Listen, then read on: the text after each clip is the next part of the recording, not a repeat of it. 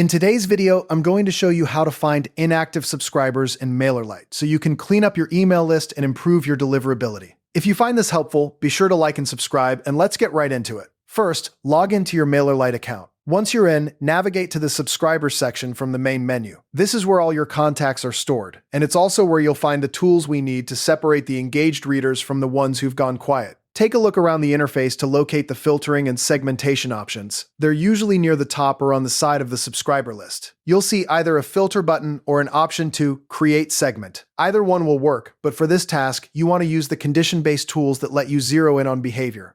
Click Filter or Create Segment, and you'll get a panel where you can add rules. Now, look for conditions that are related to engagement, specifically activity-based conditions. You want to choose criteria that define inactivity. For example, you can select did not open campaigns, did not click links, or even set a time frame like no activity in the last 90 days. These three conditions together create a solid picture of a subscriber who simply isn't interacting with your emails. Once you've added your criteria, apply the filter to display only those inactive contacts. Review the results carefully. You'll see a list of all the subscribers who match your inactivity rules. At this point, you can go ahead and save this filter as a segment for future use. Just hit the Save Segment button and give it a name like Inactive 90 Days. This will let you revisit this group anytime without resetting the conditions. Take a moment to look at the subscriber count.